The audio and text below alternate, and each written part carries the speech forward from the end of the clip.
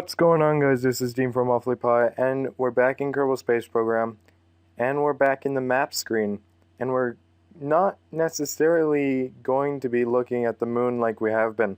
No, we're going to go farther than the moon. We're going to go all the way out to, where is it? Minmus.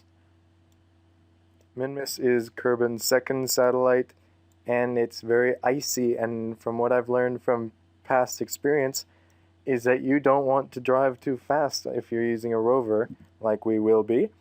Otherwise, you will flip over and crash. And that's why we have quick saves.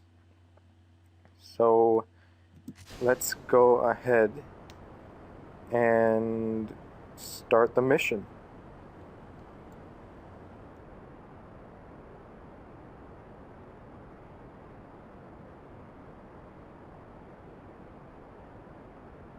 This is about the, I'd say, 8th take of this episode, because almost every time my orbit suddenly swaps from a 70,000 meter periapsis to a 60,000. I don't know why it keeps happening, but it basically made me have to restart a whole lot. And I hope that doesn't happen again, because I really want this to be the final take. So hopefully it is.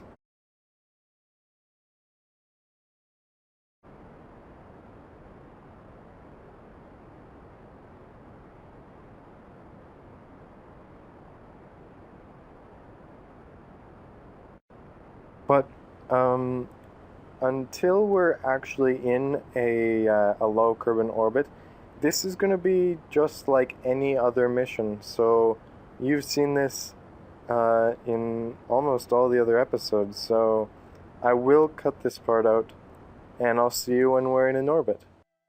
Alright, so now that we're in a low Kerbin orbit, there is something different about Minmus when compared to the moon, and that's that it is at a 3, or is it 0.3?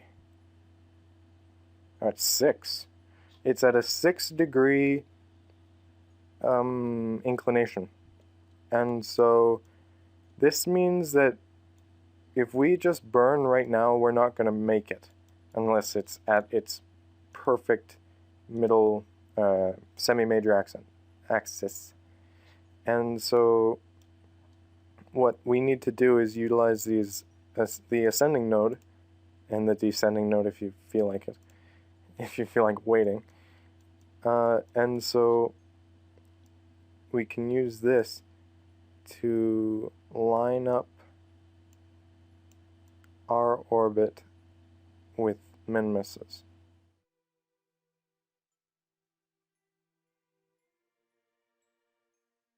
That should be good right there.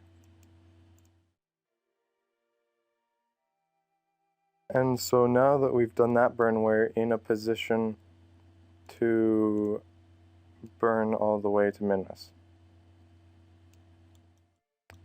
Not there, apparently. And so now comes the hard part of distinguishing a proper maneuver that'll get us into a good orbit. Actually, that one doesn't look half bad.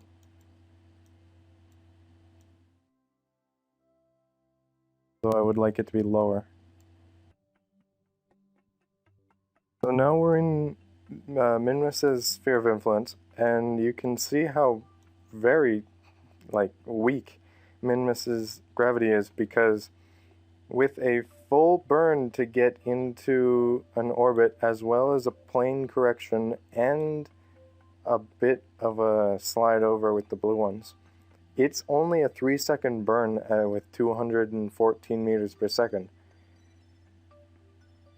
It does not take a lot to alter any orbit around Minmus.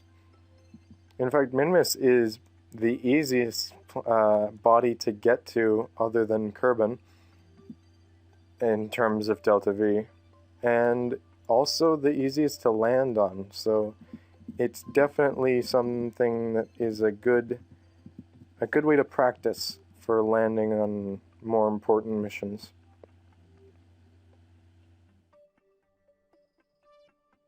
Though I guess Minmus is somewhat of an important mission, considering it is the first body farther than the moon.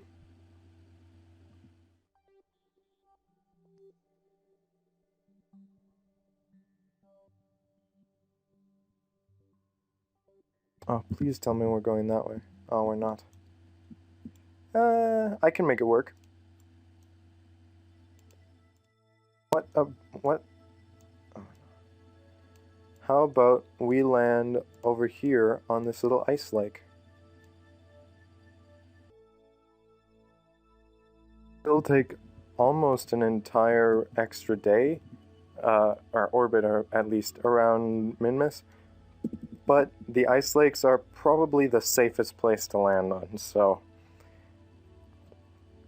Which sounds weird, considering I was talking about the slippery surfaces earlier, but the whole planet... I keep saying planet. The whole moon is completely covered in ice, so a little bit of a lake won't make much difference.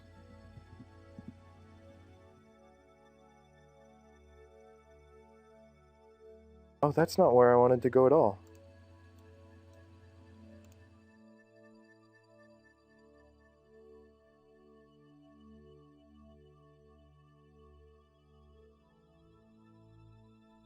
Made a bit of an error of judgment here.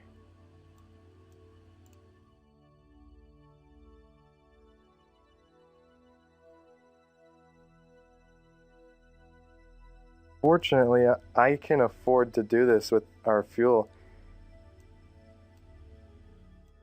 because of how short of a burn it's going to be. I can flip the entire craft fully perpendicular to its current orbit with just 3 seconds of a burn, with a rather weak rocket in comparison.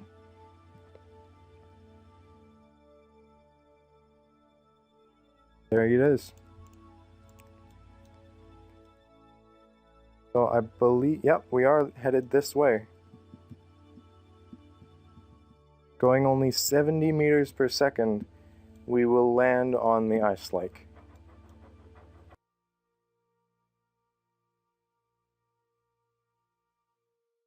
Now, the ice lakes definitely do make a good place to land because since they are what's considered sea level, they will be relatively around 0 on the altimeter. So you get a good sense of how far you are from the ground without even having to look at your shadow. So about 800 meters off the ground now. We can start slowing ourselves down a bit more. And I don't have any lights on this, so I can't tell exactly how far away I am from the ground here.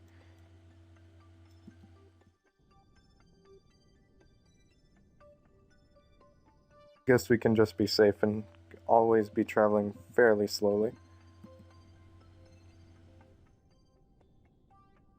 Actually, now that I think of it, I should probably ditch this stage.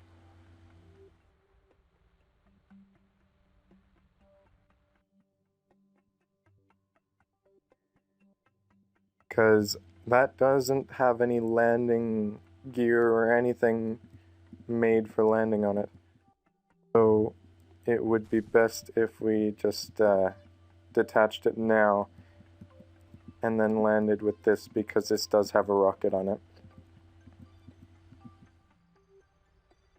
Or an engine, rather. Ground. Coming at it at 3 meters per second and slowing. I'm actually going to cut the engines. Oh, that's too fast. That's also too fast.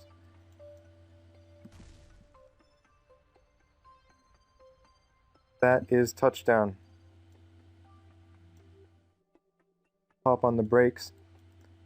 And we still even get a bit of...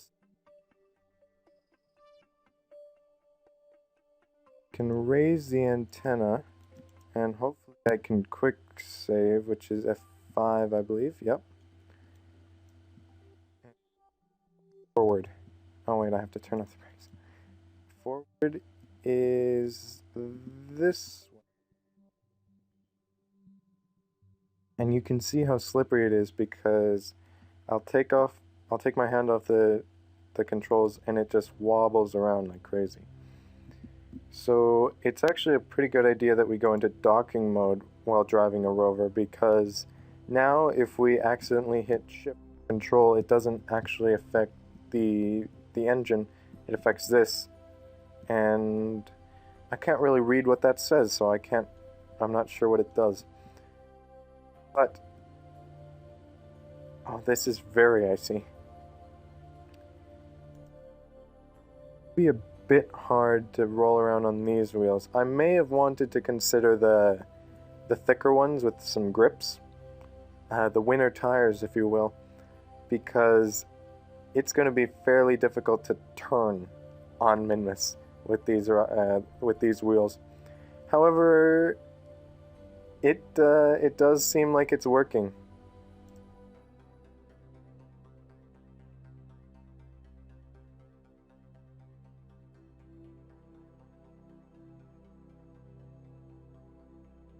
Get the brakes back on, and I think this is episode 17 or 18, and so I'll do a few more, and then at 20, after 20, I'm going to be starting with some other types of videos other than Kerbal Space Program. And one's got Gage in them, another's just me again. Don't really have anything else planned for now, but they should be pretty good. So now our rover on Minmus. I still haven't changed the name. It's not very all-terrain, is it?